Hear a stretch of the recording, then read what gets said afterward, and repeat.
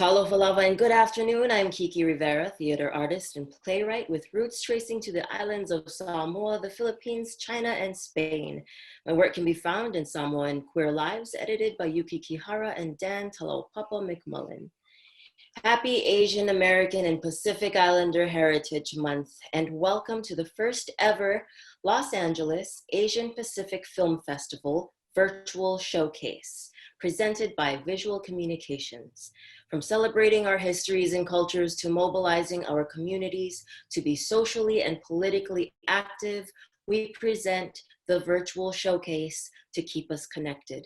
This showcase is brought to you by our partners at Comcast, NBC Universal, Sony Pictures, Nielsen, HBO and Warner Media, National Geographic, and as always, for more info, please visit vcmedia.org.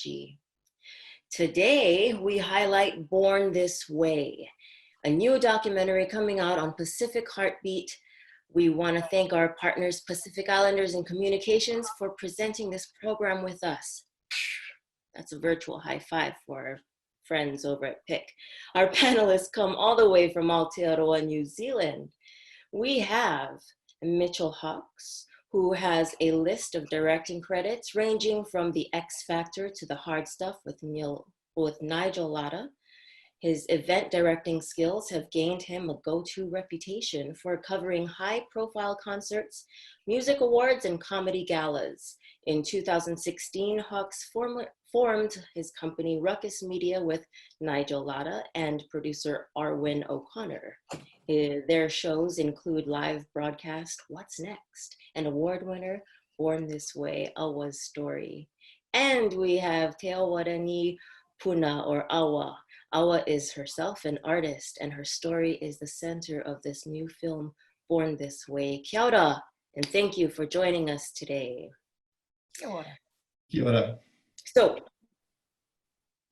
tell us about yourselves and the journey of your documentary and what that process was like. I'll go first. It was such an amazing journey because we filmed the documentary over, was it 2 years, Mitch? And about a year. Yeah, it felt like quite a long time. And, you know, they followed me from year 12 to year 13 and showing the beginning of a film I was making, and then followed all the way to the premiere. And it was a really lovely journey to be supported by the crew, because they were telling the story in such a real way, and because I had such a good connection with them, and they just treated me like whānau, which is family. Yeah, and I felt safe to be open about my story, and yeah. Well, there's an interesting how we got onto the story, as well as my business partner and also a really good friend, Arwin O'Connor, is Awa's cousin. So there was that relationship to start off with. And I believe that people had sort of spoken to Awa beforehand about telling her story because it's such an amazing thing. And Arwin wasn't trying to save it for herself. He's just had some words to Awa that not everybody's going to be doing it in the nicest way. You know, you've got to be careful who you work with. And when we set up Ruckus, Arwin, it was actually the very first thing that we pitched to a current affairs show, and they took it immediately. And so there was that starting relationship between Arwin and Awa that exists. But then Arwin wanted to step away a little bit out of it because she wanted not to be all about family and getting involved that way. It was a relationship that me and Awa and our cameraman Bevan and our soundman Gabe, you know, we had to build that relationship, and so that was how the documentary took off from there. Wow. I want to know about the stories that happened off camera, or perhaps not included in the documentary, that maybe happened around that time. if there's any fascinating story. Well, a lot of the crew were, they were just so loving and funny, and they would always tell jokes and stuff. So it made it such a light experience. And although I was going through some tough things and quite a, yeah, it was kind of a moment in my life, because I was in school and where I was just really trying to find myself, and yeah, it just made it, just the lightness of the crew, just, it was so lovely to be, yeah, supported by them. Yeah, no, there was we did a whole lot of interview, well, you know, the heart of the doco is Awa talking to camera. You know, it was kind of meant to be because she had a YouTube channel that was, we sort of replicated that, and so Awa's speaking as if she's speaking to a YouTube channel, and the first ones that we recorded were really nice because, you know, Awa's super warm and good at expressing herself. But I came down we flew down to visit her in Wellington to do the shoots, kind of thing like that. And for the last one, you know, we were talking about where we needed to go for the documentary, and I don't know how Awa feels. Well, I kind of do know how Awa felt, because it's not normal necessary to give people final cut, but it's something that I believe in if I'm going to tell a story, because Awa gave us her story, and so it's my job to represent that fairly. And so we were talking about how it would be, and then I said, I want to come down and we need you to go, you know, talk deeply and as realistically as you can about this, and knowing that, you know, it doesn't all have to go to air, but we need to get some of this stuff, and that is what makes up sort of the bulk of that. The documentary is what Awa did on that last shoot day that we did. And so I don't know how you feel now about that, Awa, but that was quite a sort of honest and full-on day, wasn't it? Yeah, that was one of the most emotionally draining days. But it's because it was me speaking from my heart, really. And a lot of the earlier times, you know, I would kind of just be quite silly in front of the camera and tell a lot of jokes, and yeah. But that last time, yeah, it was quite a challenge to dig deep, but I think that it was necessary. Yeah, because I know in my experience, when I hear stories about other transgender people that have come out, that's one of the reasons that made me feel like it was okay to come out. So yeah, I know that it was necessary to tell my story. Right. And so honestly and so personal. And I really appreciate you being so vulnerable while telling your story. It was, these are really important stories to tell. And so anytime they're told, and especially when they're told honestly, you know, it really makes a difference. And so thank you, Awa, for doing that. And thank you, and Mitchell, for filming. So because it was a deeply personal story that you've shared with the world right now, so thank you for your bravery, and for bringing your courageous whānau with you on this journey, because that's another step, right, is to bring the entire family with us in this very personal, very uncomfortable at many times, and to have them with us on that path is a big step. So mahalo. I know with my own work as a playwright, with every production or interview, it's like coming out all over again and on new levels. And so I was wondering, what has navigating those spaces of vulnerability been like for you? It's a funny thing. It's quite difficult in a way, because you're diving back into something that really affected you in the past. But I think once you begin to understand what you're dealing with more, you deal with it better. Just knowing, you know, the kind of expressing your emotions and just being honest with yourself. Because yeah, it's just a matter of fact of being your true self and being happy, really. So yeah, and all, we're all just human. We just want to be happy. I think that's something to say in the documentary, actually. Yeah, but no, yeah, it's been yeah, especially talking in front of a lot of people about this story, because you always wonder, oh God, what are they thinking?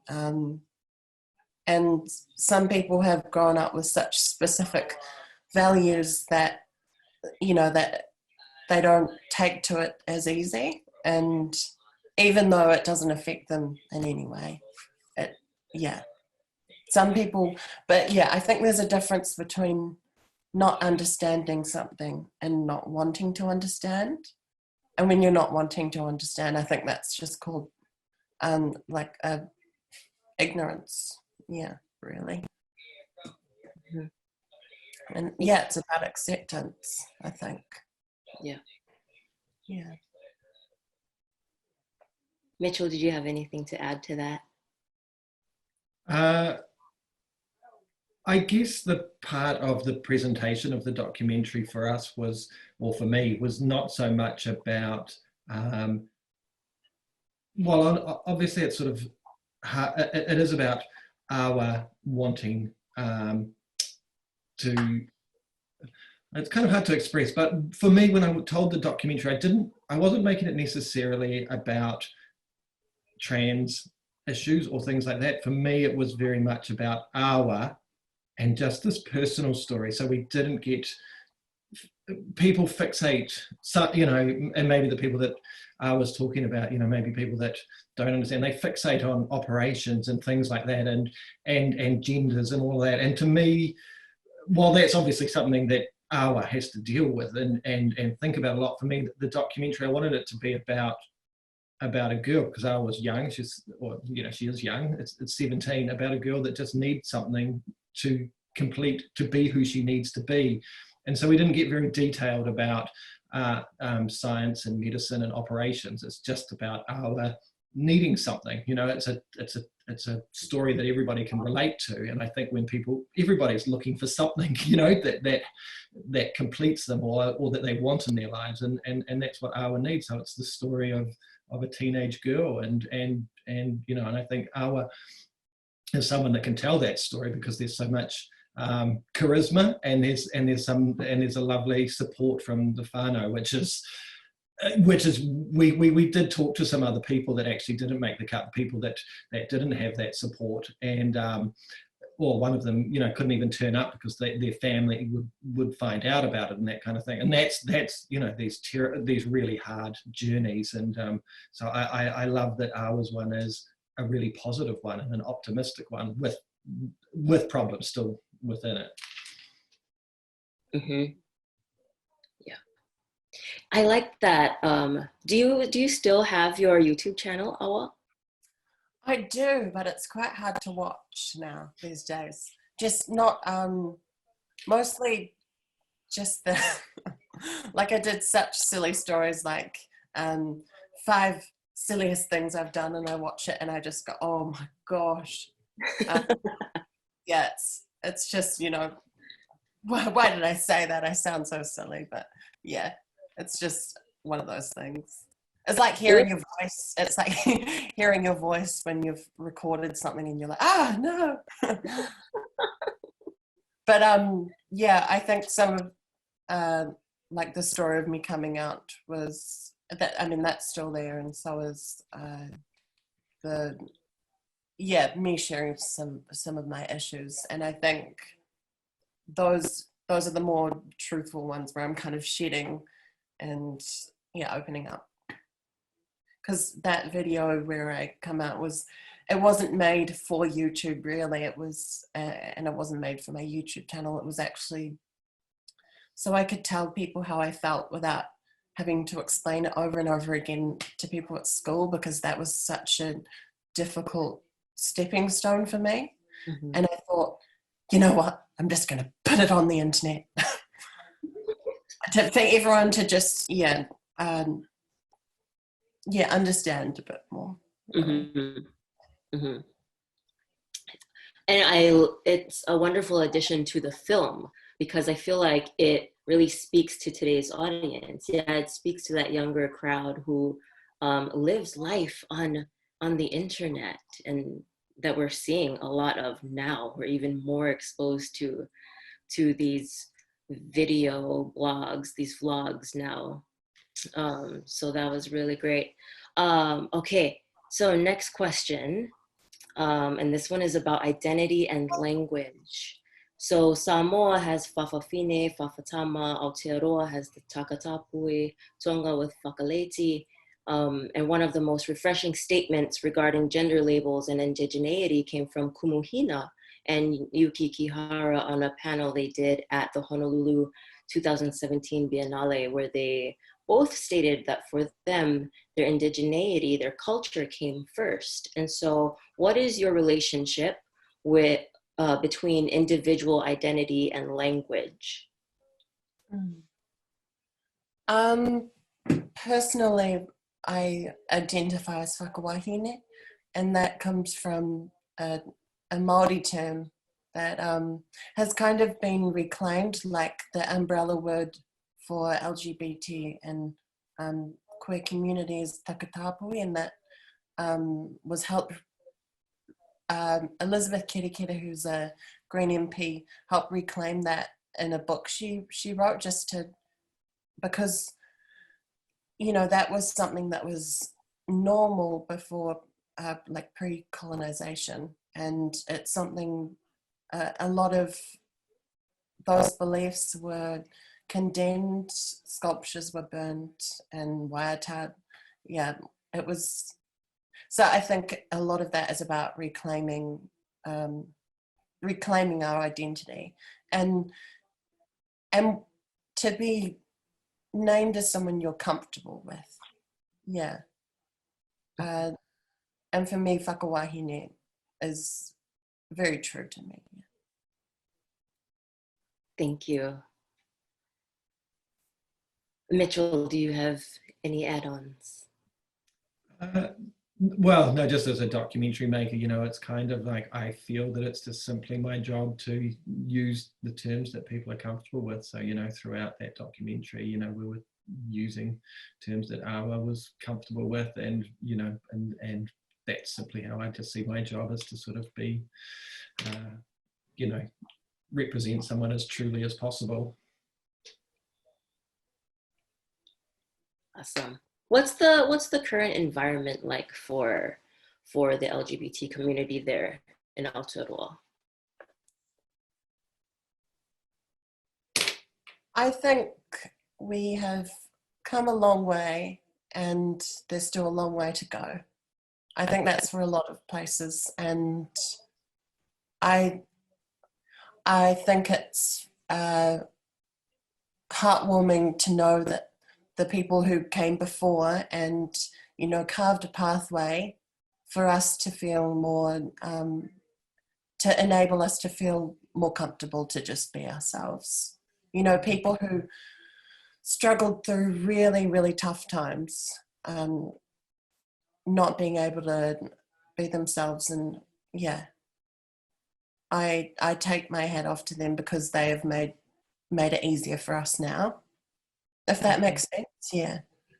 Like a woman who reached out to me after, a transgender woman, she saw my ball photos and was like, she started crying because she never got to do that, you know, and the fact that I was able to go to my high school ball in a red gown and feel and have that sense of freedom and liberation.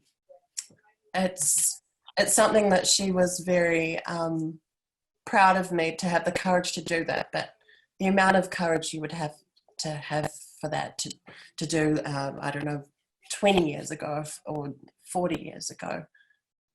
It's, yeah. Right. Oh, so since the film was made, has there been any movement in New Zealand to find a surgeon? There has been a lot of talk about finding a surgeon, and At the moment, not that I'm aware of, that we haven't found one yet, but they are beginning to fund surgeries again. And yeah, but the current state we're in at now is very difficult because obviously we're in lockdown, and yeah, but the ball has been rolling more. Yeah, there was, when we filmed the documentary, the legislation said that they'll do 3 male to female surgeries per year and 1 female to male per year, and that's it. But they never did them. So it was just a thing that was written down that would happen. And since then that cap has been taken off.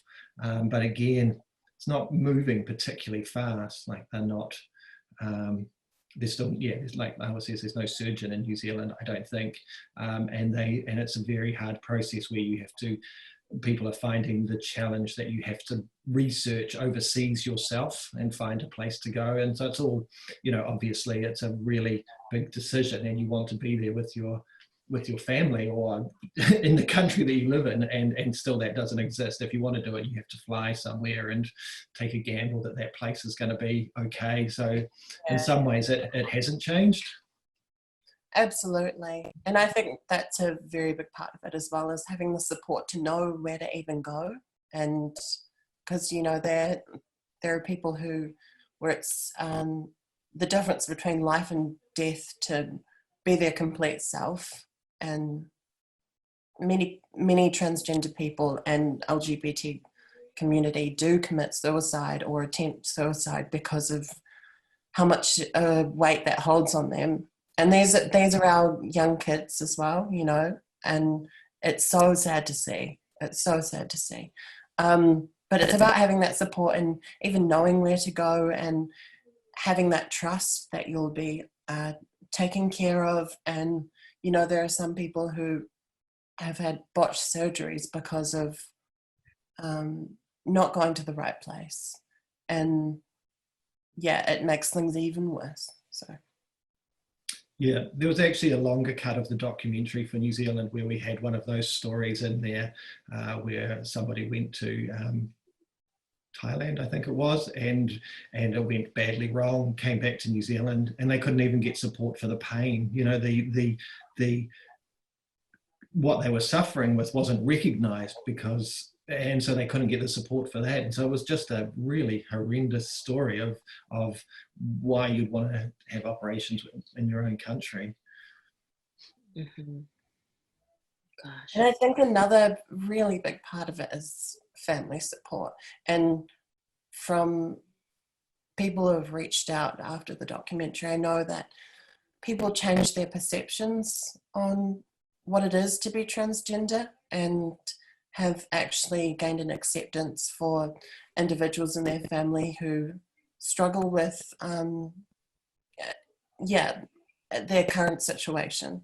And just to know that there are people out there who have learnt to accept, you know, people in their whānau unconditionally because they love them. It's yeah, and it's that thing before about the difference between not understanding and not wanting to understand. But I think the message of the documentary, I think it has helped some people, which is so nice to know, you know. Mm-hmm. Right, such an educational tool. Mm-hmm. So what's on the horizon for you both? You go. So currently I'm at Toi Whakaari Drama School, which is the National Drama School of New Zealand, and I'm doing my 3rd year. So at the moment we're doing it online, which is interesting. We're doing something called independent practice, which is just, so I'm currently making my own film, writing it and directing it, and getting people on board from within that building, because there are designers, there are costume makers, there are production managers, and, you know, all those courses. And yeah, that it's their course, so they, you know, everyone just links up and So that's what I'm doing this year, making a short film. Yeah. Awesome. And yeah, so my career just always goes all over the place. And so in lockdown in New Zealand at the moment, I'm just editing a reality series that me and Arwen created together. And it's kind of interesting taking that concept of looking after the people you film with and taking that to the reality format has kind of been an interesting place to go. But it's worked out really nice where all of our cast have, you know, got along fine. And I think I can say something, hasn't gone to air yet, but this, when we give the grand prize out, they share it with all the cast members. So that was like, we felt quite pleased that, you know, this idea of having these warm film sets and stuff, you can take it into reality and don't have to make a mean-spirited one. So that's where I'm at the moment.